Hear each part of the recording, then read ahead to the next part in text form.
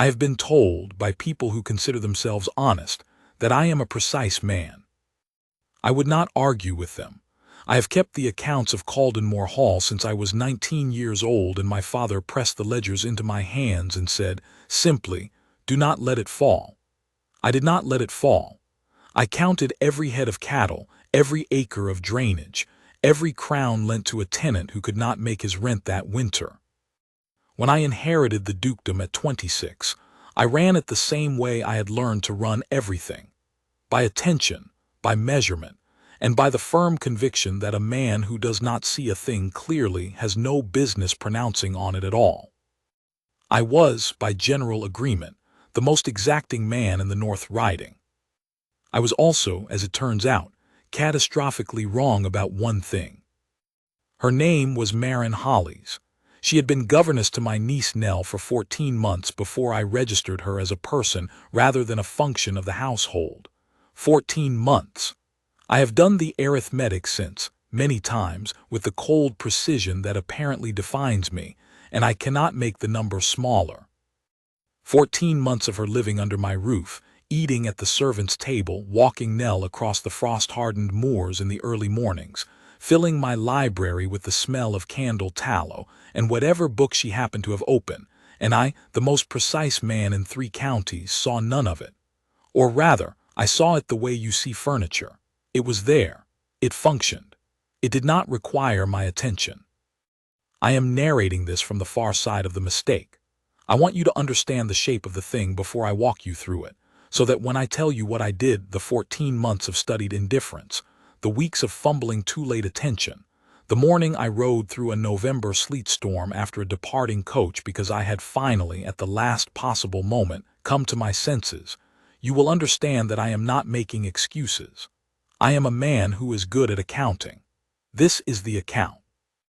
Nell came to me when she was 9. My younger brother Gideon had died of a fever the winter before, along with his wife, and the child had nowhere else to go. I was not a natural guardian, I will say that plainly. I knew how to manage an estate and argue in the Lords and keep a failing drainage system from bankrupting 3 villages. I did not know how to speak to a small person who had recently lost her parents and who spent the first 3 weeks at Caldenmore standing at windows, very still, not crying. I hired Mrs. Beek as housekeeper and asked her to engage a suitable governess. Mrs. Beek engaged Maren Hollies. I was told, or rather, I received on my desk a brief memorandum from Mrs. Beek, that Miss Hollies came from a family in Derbyshire, had been educated by a father who was a schoolmaster, had previously held a position in Norfolk for 4 years until the children grew past wanting a governess, and was, in Mrs. Beek's assessment, a steady and sensible young woman with a good hand and a habit of plain speaking. I read the memorandum. I approved the hire. I put the paper in the correct folder. I did not go down to meet her. In the 14 months that followed, I was consumed by 3 things: a drainage dispute with Lord Aldmere that had been festering for 8 years, and finally required my personal appearance before the county commission; the repair of a tenant trust that my father had allowed to deteriorate; and a parliamentary session that required me to be in London for 10 weeks in the spring. My life during this period was a sequence of correspondence, rail journeys, legal arguments, and the particular exhaustion that comes from managing things that do not wish to be managed. Caldenmore ran. That was what I noticed. Whatever else was happening, the household ran.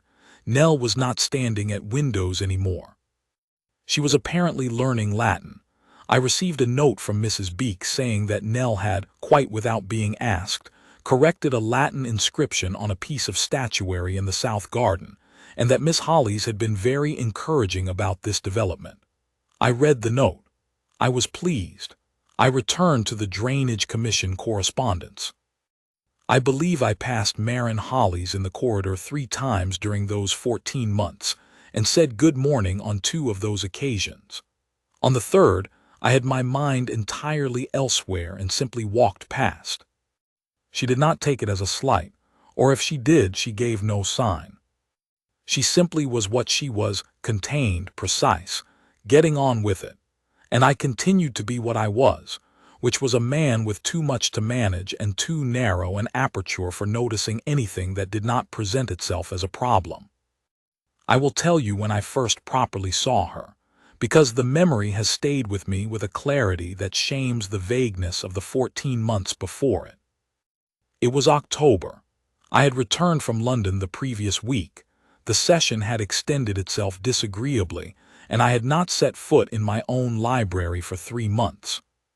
I came home late on a Tuesday evening, went directly to my study, and spent the next 4 days at my desk working through the accumulated correspondence without emerging for anything except meals, and on one occasion, a walk around the kitchen gardens because my back had begun to make its opinions known.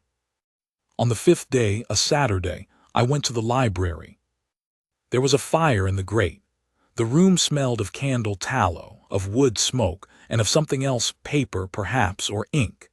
Nell was sitting cross-legged in the large armchair by the window, which she had dragged approximately 2 feet from its proper position, and she was deep in a book.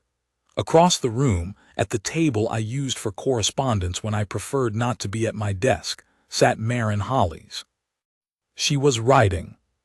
Not a letter, she was drafting something longer, her hand moving steadily across the page, pausing only to dip the pen or to consult a book open at her left elbow. She had dark hair arranged neatly, a gray dress that was plain and well kept, and a quality of absolute concentration that I found in retrospect striking, not because concentration is unusual, but because she wore it without effort. She was not working hard. She was simply working, the way a river moves, without drama or apparent expenditure. She looked up when I entered. "Your Grace," she said, and it was a greeting, not a start. She had clearly heard me in the corridor. "Miss Hollis," I said. I looked around the room, the fire, the moved armchair, Nell's feet tucked under her. "Good morning." "Good morning," she returned to her writing.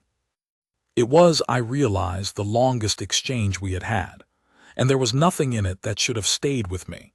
It was a good morning and a title and a name, but something about it, about the quality of the attention she had given me, exact and complete, and then turned away, stayed. I found a book. I sat in my usual chair. I read. After a while, without looking up, Maren said, "Nell, the third declension ending you had trouble with on Thursday is in the passage you are reading right now. When you reach it, tell me what it is." Nell said, in the absent way of a child deep in a story who has heard but is not yet answering. "That was not a question," Maren said pleasantly. "Yes, Miss Hollis," Nell said, with a sigh that suggested the interruption was unwarranted, but the authority behind it was not in dispute. I turned a page of my book and found I had not read the one before it.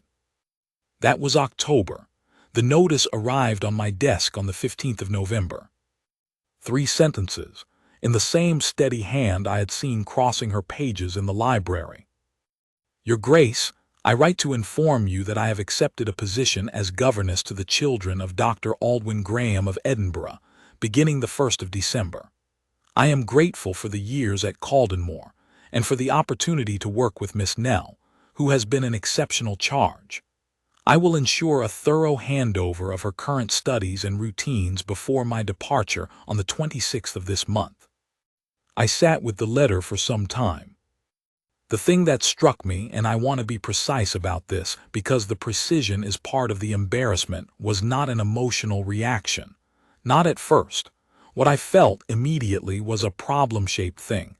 Nell would be disrupted. The household would need to source a new governess. There would be an interruption.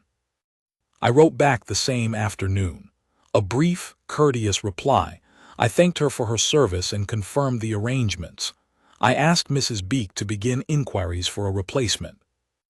And then I put the letter in the folder and went back to the Drainage Commission, which was making renewed difficulties.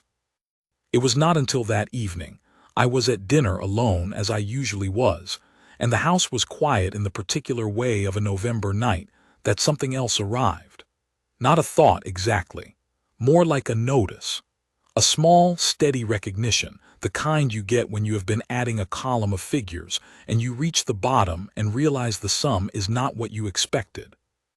She was leaving in 11 days. I held that fact for a moment.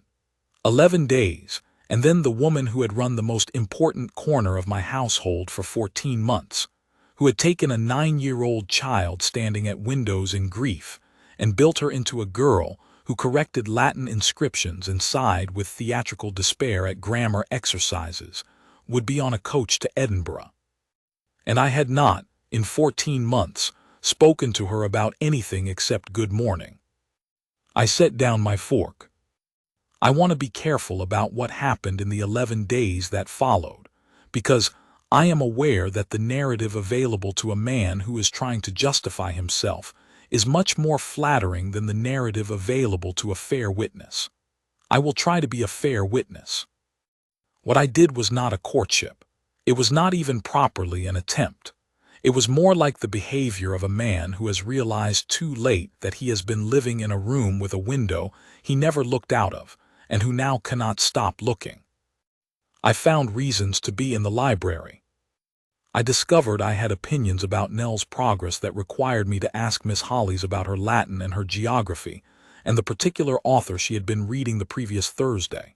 Miss Hollies answered all of these questions with the same quality of attention, exact, complete, and entirely free of the assumption that my interest signified anything unusual. She had, I realized, no idea that she was being watched, or perhaps she had every idea and did not choose to respond to it. I could not determine which. On the 4th day, I asked her opinion of a book I had seen her consulting in the library.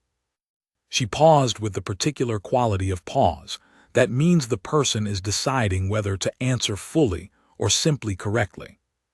"It is thorough," she said, "and in places it is very good.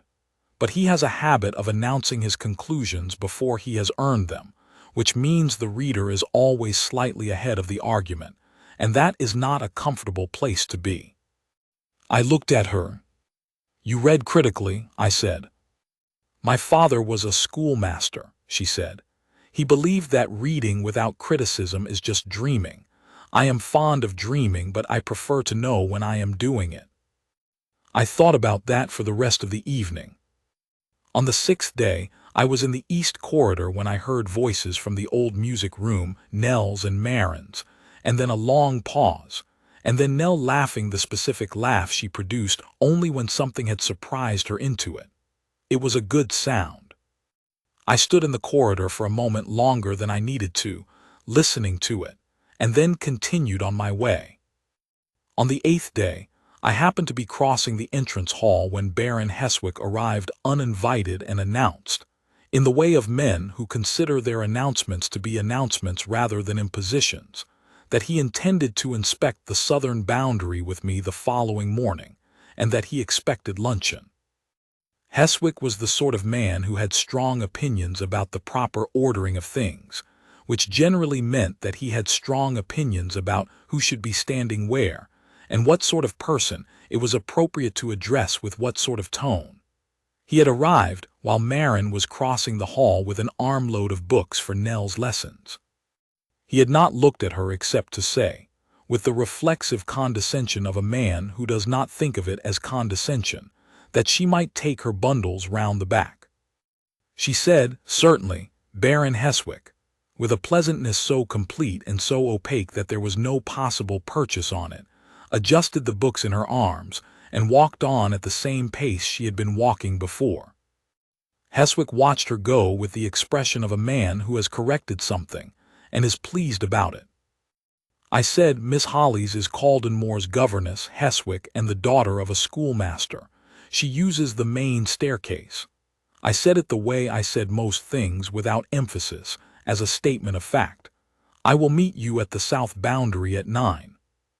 He made the sounds of a man adjusting. We moved on. I did not mention this to Marin. She had not looked back, she would not have seen it, but I thought about it that evening, sitting at my desk with the Drainage Commission papers unread before me. I thought about the quality of her reply to Heswick, the perfect pleasantness that was neither meekness nor aggression, just a surface that offered nothing to be gotten purchase on. It was, I realized, the same thing she had always done. She did everything at Caldenmore with that quality. She had been doing it for 14 months, and I had not noticed because I had not been looking at her. I had been looking at the function she performed. I was beginning to understand the difference. On the 10th day, one day before her departure, I resolved to speak to her plainly. I found her in the library at the end of the afternoon. Nell had gone up to change for dinner. Marin was closing books and returning them to their places with the systematic care she brought to every task. She was leaving this room as she had found it, or rather better than she had found it. She had reorganized the natural history section sometime in the previous year, I had noticed, arranging it by subject rather than acquisition, which was considerably more useful. "Miss Hollis," I said. "Your Grace." She finished shelving a volume, turned, and waited. She was, as she had always been, entirely present, not anxious, not anticipating, simply attending. I had prepared remarks. I was, as I have said, a precise man, and precise men do not walk into conversations without preparation. I had 3 points I intended to make: that her work with Nell had been of an exceptional standard, that Caldenmore would be difficult to match in its offer of, and here I had not been quite clear in the preparation, and that I wished her to know before she left that her service had been valued. I said, "I wanted to speak to you before tomorrow." "Of course," she said. "Your work here," I began, and then I stopped, because I could hear the words arranging themselves into the shape of a reference letter, competent, warm, measured, entirely impersonal, and that was not what I meant to say. The difficulty was that I was not certain what I did mean to say, which was itself a new and unpleasant sensation for a man who was precise. "Your work here," I said again, "with Nell. It has been," I chose the word carefully, "considerable." "I have been glad of it," she said. "She is a fine mind." "She is, you made her so, or rather," I stopped. "She had it, you recognized it." Marin looked at me with the attention she gave everything, exact and complete. "Yes," she said. I stood there for a moment. What I had intended to say was somewhere between where I was standing and where I needed to be, and I could not close the distance. I was aware, with the specific clarity of self-knowledge that arrives approximately when it is no longer useful, that what I was actually trying to do was ask her not to go, but that I had not prepared for that, and that I had no right to it, and that she had done nothing except exercise her perfect liberty to accept a position in Edinburgh, which was precisely what a sensible and self-possessed woman would do when a man had spent 14 months treating her as furniture. "I hope the Edinburgh position suits you," I said. "I believe it will," she said. "Dr. Graham is a thorough man. His children are said to be engaged learners."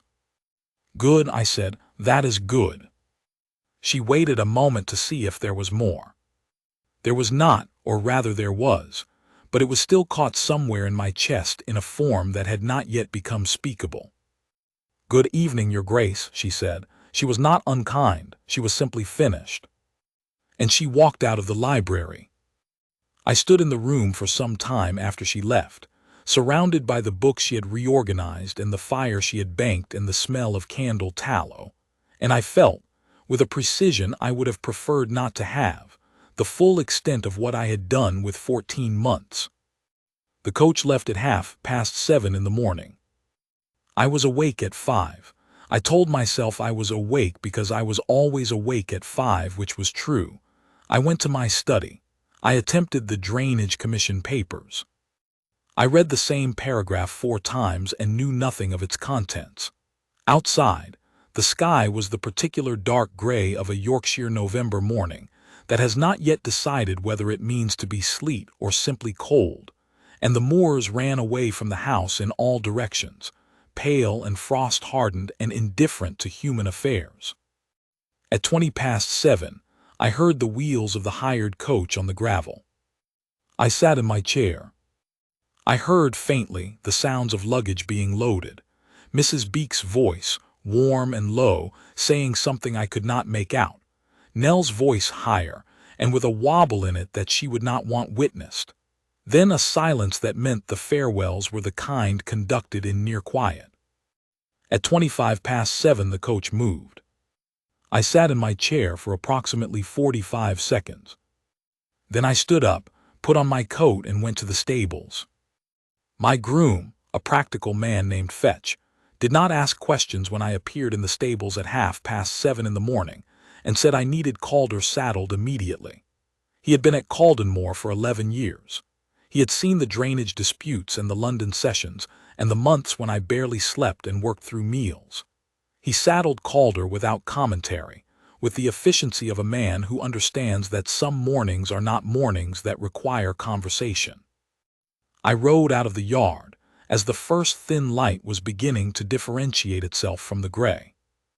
The road to Holwick Cross, the nearest coaching inn with the York connection, which was the route she would have taken, ran south through the lower moors and then east along the river.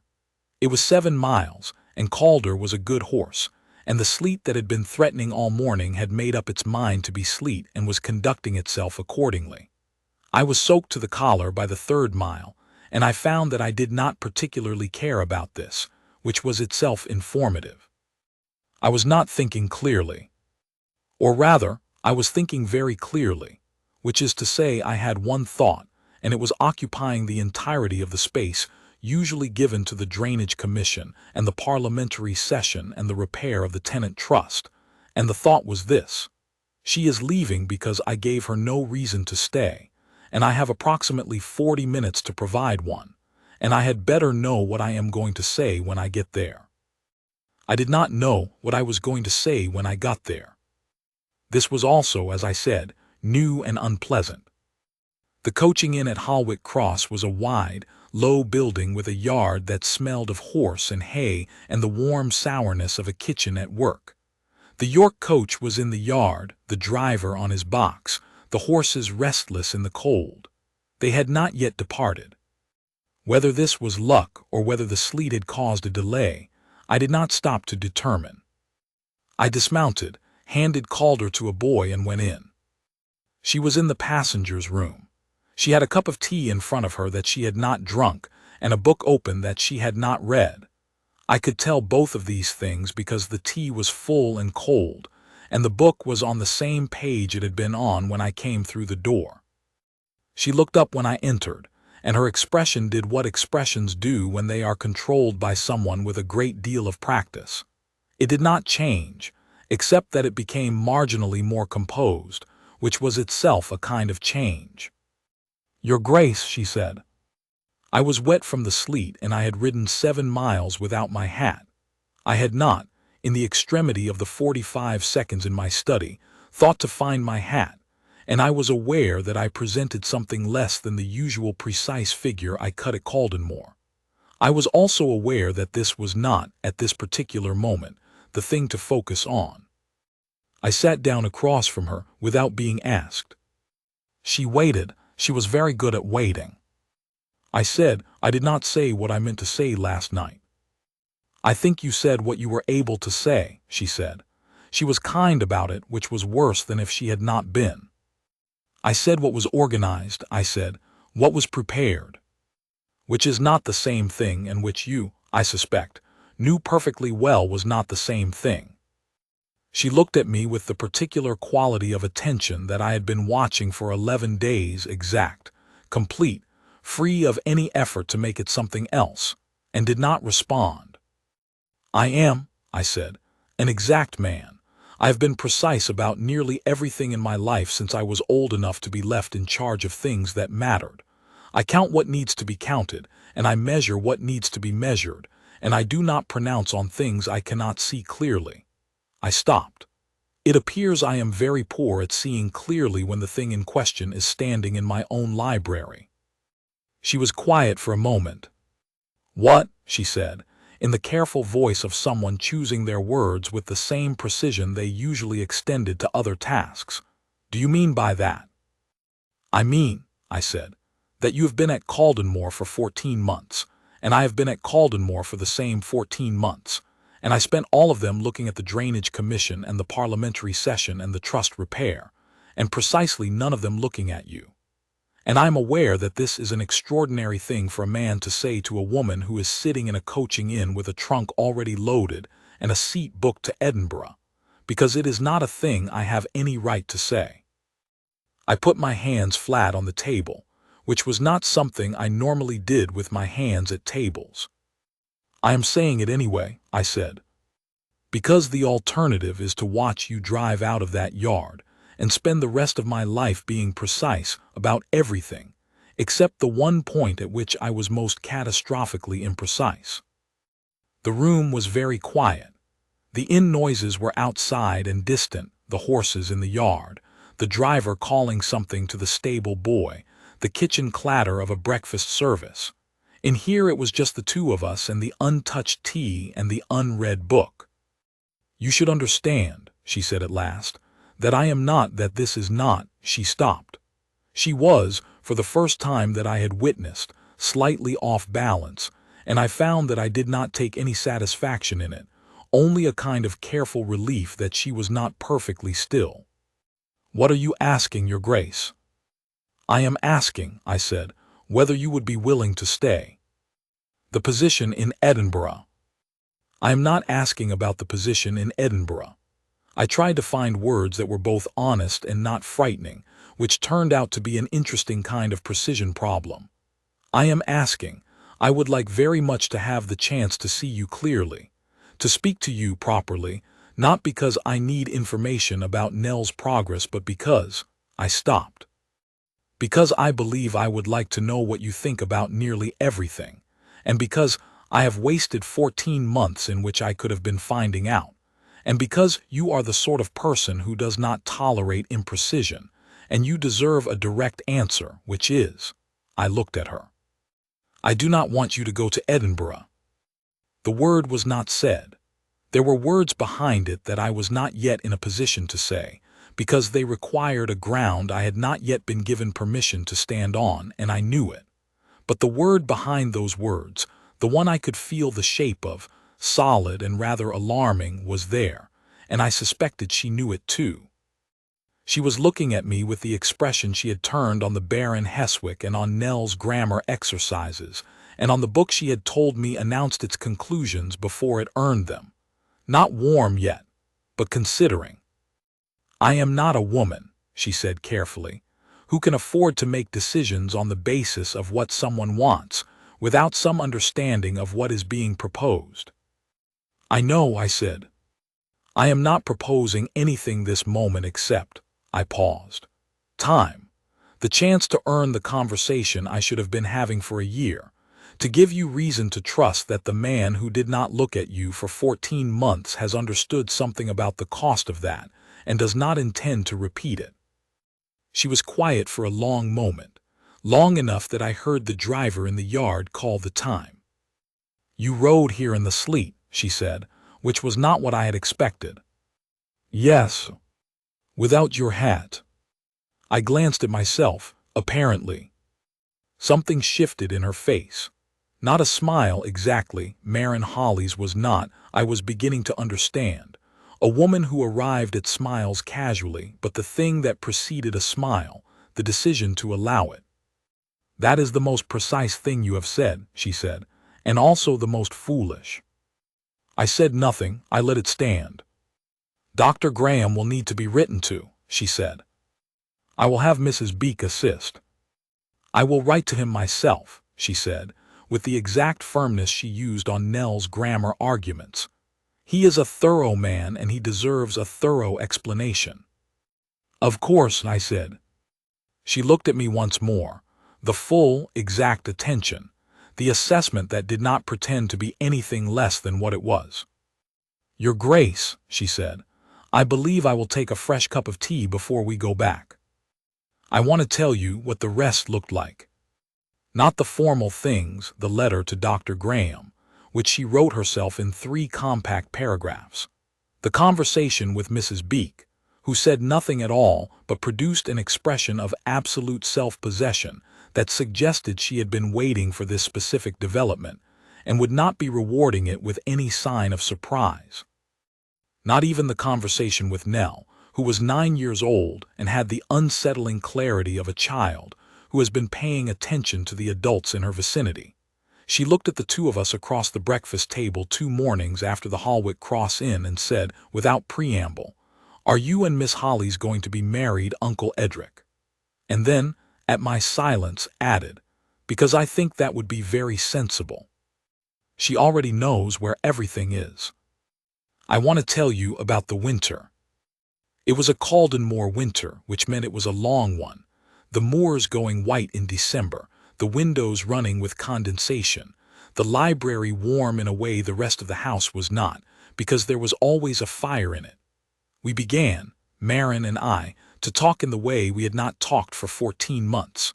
Not about Nell, or not only about Nell, but about everything. She had opinions about nearly everything, as I had suspected, and they were delivered with the same quality of precision she brought to her work. Thorough, a little dry, honest to a degree that was sometimes startling and always clarifying.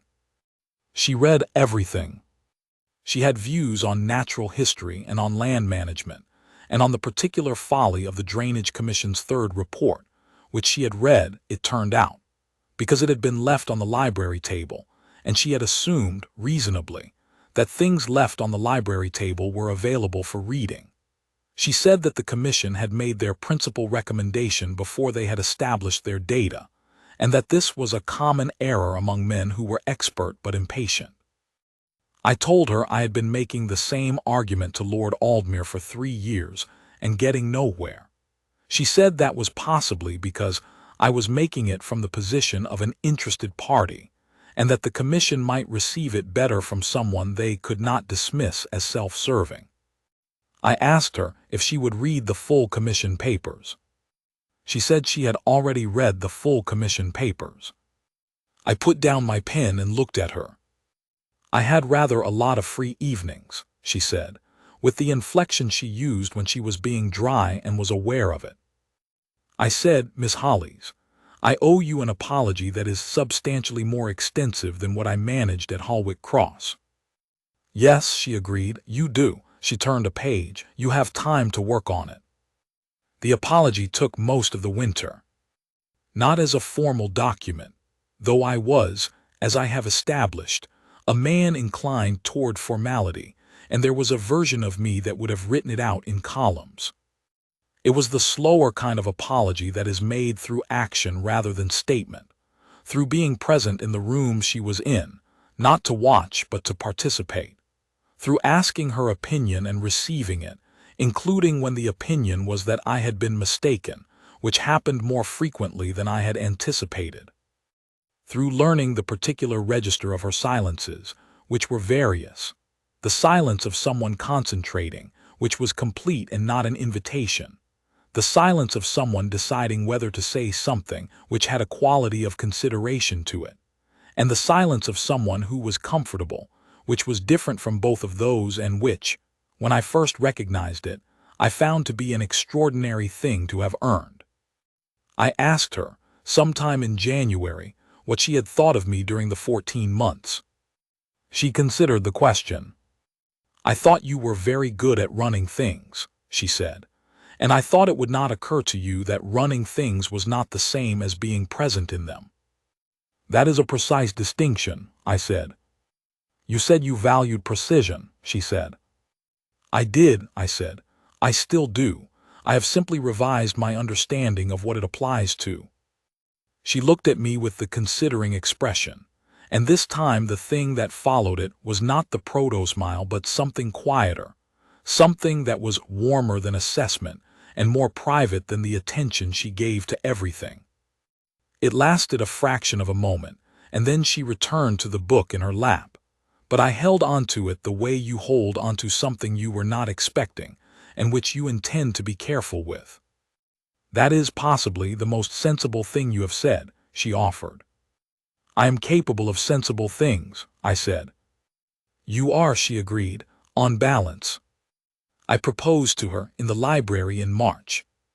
The Drainage Commission papers were, for once, entirely absent from the table, and Nell was at her geography, and Marin was at the book she had been reading for a week, a history of the Northern Land Surveys, which she had opinions about, and the fire was going, and the moors outside were beginning to show the first hesitant green of a Yorkshire spring, and I found I could not read anything, which had been true for several weeks, and that I was once again confronting the awareness that the words I needed were on one side of a distance, and I was on the other.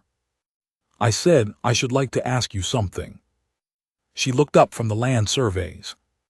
"I am aware," I said, "that I do not have a straightforward case to make. A man who spent 14 months not seeing you has limited grounds from which to argue that he sees you now. I understand that." I stopped, "but I would like to try." She set the book down. "Case," I said, "is this. I'm a precise man. I believe in measurement and in honest accounting. And when I account for the last 4 months, I stopped again. You are the most considerable person I have met, not the most convenient or the most appropriate or the most settled, and I am aware that a duke proposing to a governess is the kind of thing that will produce opinions, and I am further aware that you will have your own opinions, and I would rather hear yours than the aggregate of everyone else's." I looked at her steadily. "So I am asking, will you marry me?" It was a statement, not a question. She noticed this. "That was not grammatically interrogative," she said. "No," I agreed. "I find the interrogative implies I am uncertain what I want. I am not uncertain what I want. I was merely uncertain I would have the nerve to say it directly." She was quiet for a long moment. The fire crackled. Nell turned a page of her geography without looking up, though I was fairly certain she had stopped reading it. "You will have to be patient," Marin said. "I mean, in general. I know what I think about things and I will tell you, including when you are wrong." "I have already had a winter's experience of this," I said. "I have found it to be one of the more useful things about the last several months." "And you will not," she paused, "you will not look through me again." "No," I said. It was the simplest word I had said in months, and also the most absolute. She looked at me with the full exact attention, all of it held steady, the kind she gave to things that mattered. "Yes," she said. Just the one word. No elaboration, no conditions attached, no qualification except the one she had already given, which were, as I had said, not conditions so much as honest accounting. I had been a precise man all my life. I had counted everything I thought needed counting, and let everything else go uncounted.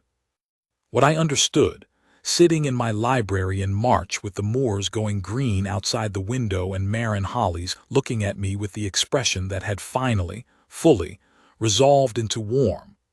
What I understood then, with the totality of the mathematician who has run the column 3 times and keeps arriving at the same answer, was that I had been counting the wrong things. Nell turned another page. "I think," she said, to no one in particular, "that this is the most sensible thing Uncle Edric has done." Marin looked at her. "Your geography," she said pleasantly. "Yes, Miss Hollies," said Nell, and went back to it with a smile that she did not entirely manage to hide. "I am told I am a precise man. I would say I have become one, where the things that matter are concerned. The Drainage Commission is still a problem. Aldmere has found a new objection, and I am required to respond to it, and the parliamentary session runs long, and the tenant trust requires attention every quarter. These things do not change. What changed is that I come home to a library with a fire in it, and a woman sitting at the table I use for correspondence, and a 9-year-old who is currently reading her way through the natural history section in the reorganized order, and correcting Marin's notes in the margins in pencil, which Marin allows because she says the critical habit should be encouraged and corrected in red ink, not suppressed. What changed is that I look up now, from what is in front of me. There are 14 months that I cannot account for. I have tried, the arithmetic does not improve the number. The only honest thing I can do with them is what I should have done with them then, pay attention. I do not find this difficult. She is, it turns out, very easy to see. Once you have understood that seeing is a thing that takes practice, and that the practice is its own reward, and that you had better not wait 14 months to begin it. She is reading the land surveys again. She has reached the chapter where the surveyor makes his central claim before he has established his principal evidence, and her expression has taken on the quality it assumes when she is about to have an opinion. I am already listening.